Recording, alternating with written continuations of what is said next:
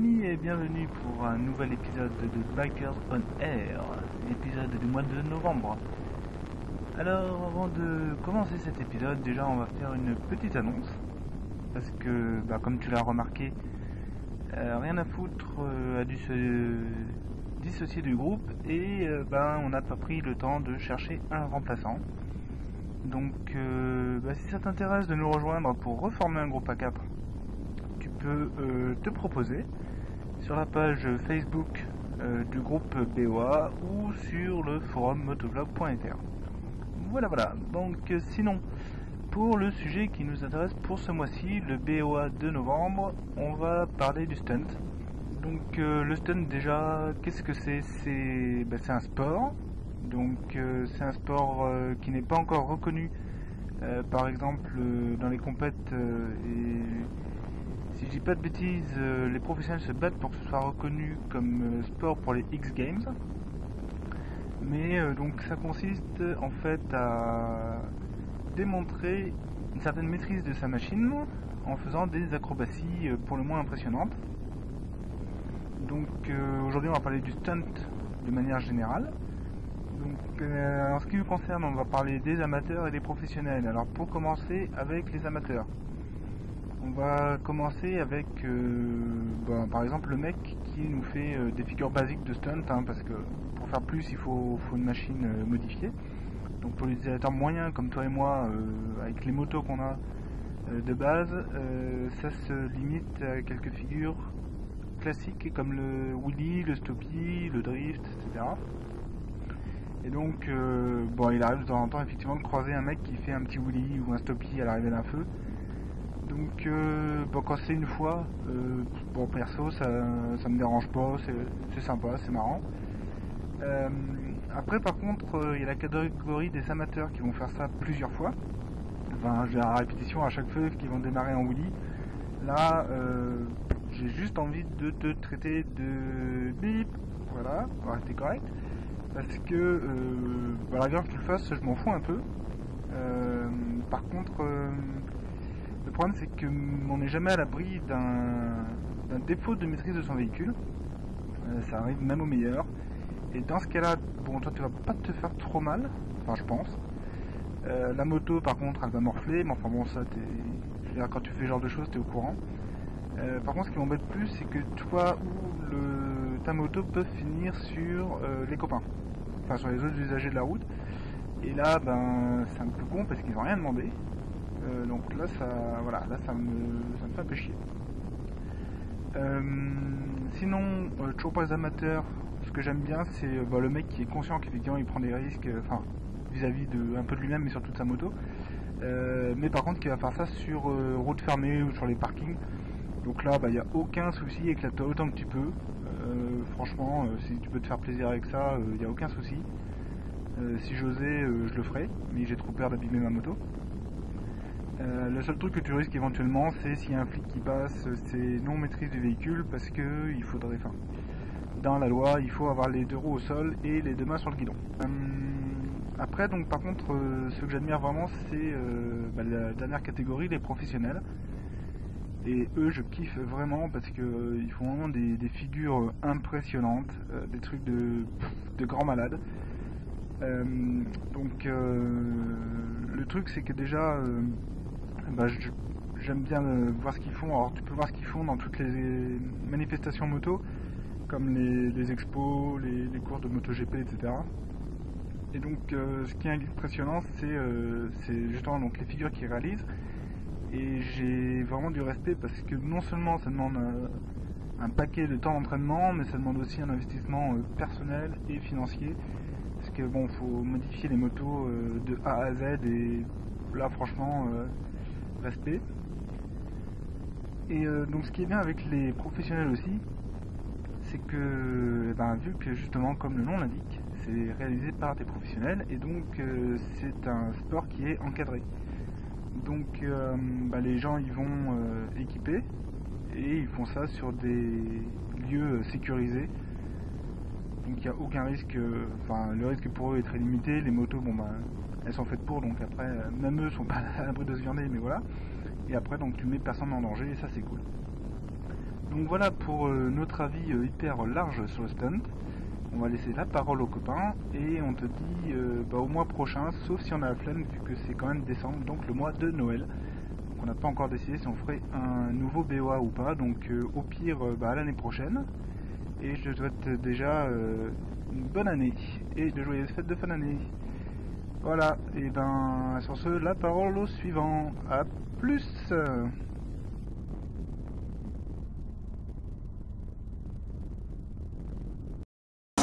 Donc c'est à mon tour. Donc pour moi le stunt c'est un peu mitigé pour moi. Parce que je sais pas trop quoi penser, parce que c'est un peu pour se montrer entre guillemets. C'est un peu pour se montrer, mais c'est un peu pour se montrer et un peu pour montrer que tu maîtrises un peu la bête, quoi. Et ça, c'est toujours sympa dans les vidéos, par exemple Lucas F9100, c'est toujours sympa qu'à la sortie d'un virage en montagne, quand tu lâches un petit wheelie et tout. Mais bon, je sais pas trop quoi penser encore. J'hésite. Je trouve que c'est bien et que c'est pas bien en même temps, parce que c'est pour un peu la frime, mais ça rend bien aussi. Ouais, je sais pas. Je sais pas. Et donc moi, je vais parler plus particulièrement des. Je vous reprends quand ce sera passé au vert.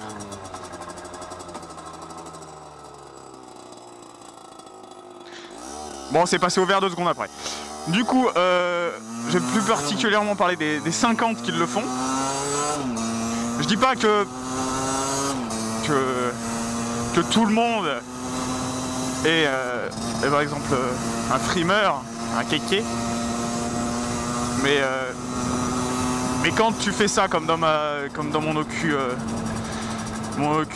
14, je crois, quand tu fais ça à la sortie d'un feu rouge, quand tu fais ça à la sortie d'un feu rouge, c'est pas pour faire beau, quoi. C'est plutôt pour frimer, surtout avec un scooter, quoi. Avec une supermoto ou une grosse moto, je veux bien. Ça rend mieux, mais avec un scooter, quoi, voilà, quoi. C'est pas top. Bah après, c'est que mon avis, hein. Je dis pas que tout le monde partage cet avis-là, mais bon. Déjà qu'on est débridé et qu'on n'a pas le droit, bah alors si on commence à faire les cons, on est mal parti, hein. Déjà qu'on a une image assez dégueulasse de nous, alors si ça continue, on n'est pas dans la merde. Donc voilà, en 50 c'est plutôt pour se montrer. Bah je trouve, si tu fais ça, oh c'est bon, si tu fais ça en ville, où c'est limité à 30, voilà quoi. C'est plutôt pour te montrer, mais bon.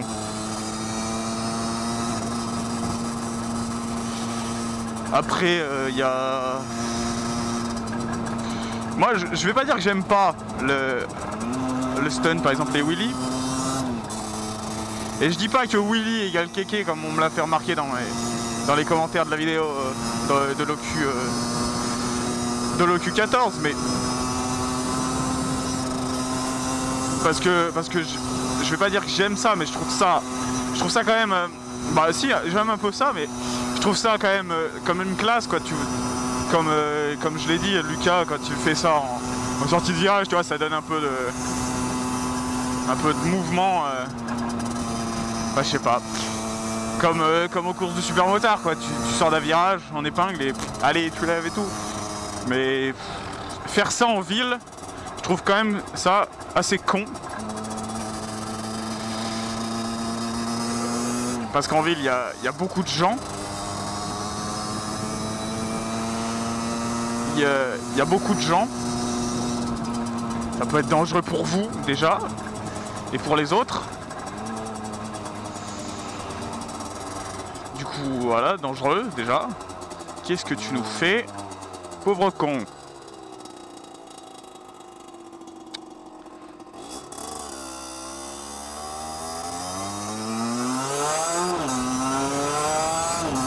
Du coup, ça peut être dangereux pour vous, mais aussi pour les autres. Encore dangereux pour vous, vous pétez la gueule tout seul. On s'en bat les couilles. Et si vous faites mal à un mioche, par exemple là tu fais un wheelie ici, sortie d'école. Bon, il y a des vieux aussi, hein, faut faire gaffe. Sortie d'école, voilà quoi, tu tapes un vieux ou un petit, voilà quoi. Et voilà, je pense que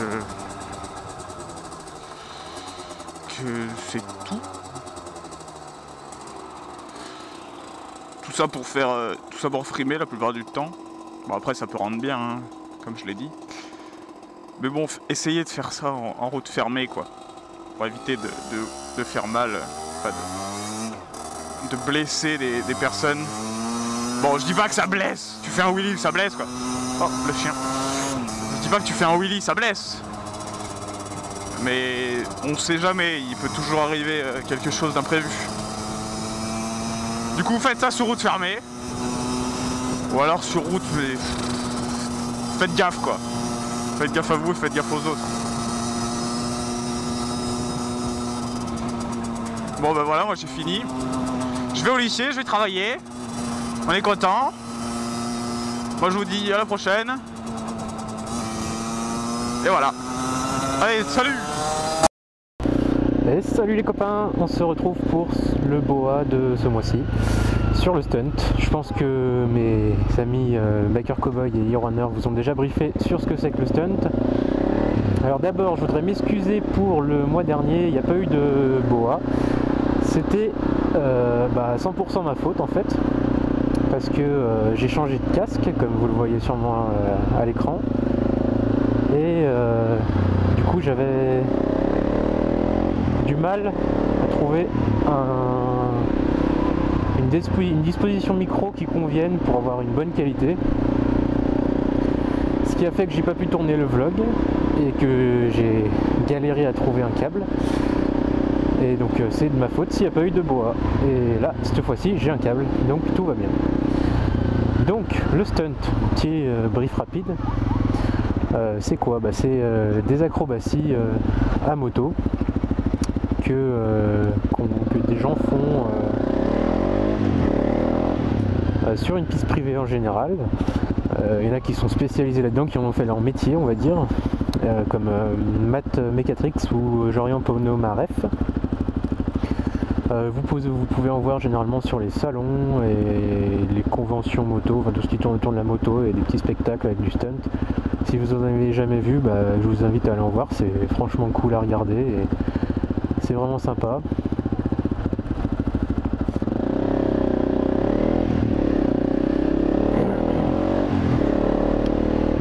Et donc je pense que Biker Cowboy et Hero Runner vous ont sûrement parlé beaucoup du stunt sur piste.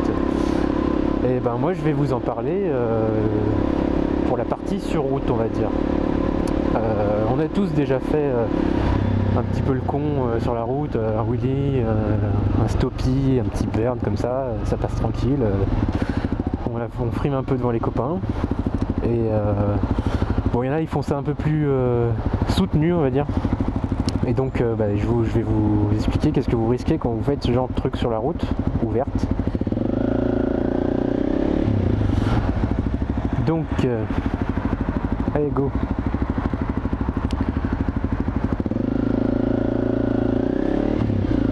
Premièrement, celle que vous prendrez à tous les coups, c'est défaut de maîtrise du véhicule. À partir du moment où vous roulez pas tout droit, les deux mains sur le guidon, et qui n'a pas un coup de gaz plus haut que l'autre, vous pouvez vous prendre un PV pour défaut de maîtrise de votre véhicule. Donc c'est une amende de 4ème classe, 90 € minorée ou 135 normal. Et ça, ouais, si vous tombez sur un con, bon, il va vous mettre celui-là avec d'autres. On va les aborder juste après. Et si vous tombez sur un très très con, bah, il risque de vous faire chier aussi sur la conformité de votre moto, clignotant, échappement et tout ça. Enfin bref, donc défaut de maîtrise du véhicule, ça concerne dès que vous levez une main, un pied ou une roue, vous faites un peu de la merde, volontaire ou pas. Voilà. Ensuite, vous pourrez éventuellement vous prendre une prune pour... ne me laisse surtout pas passer.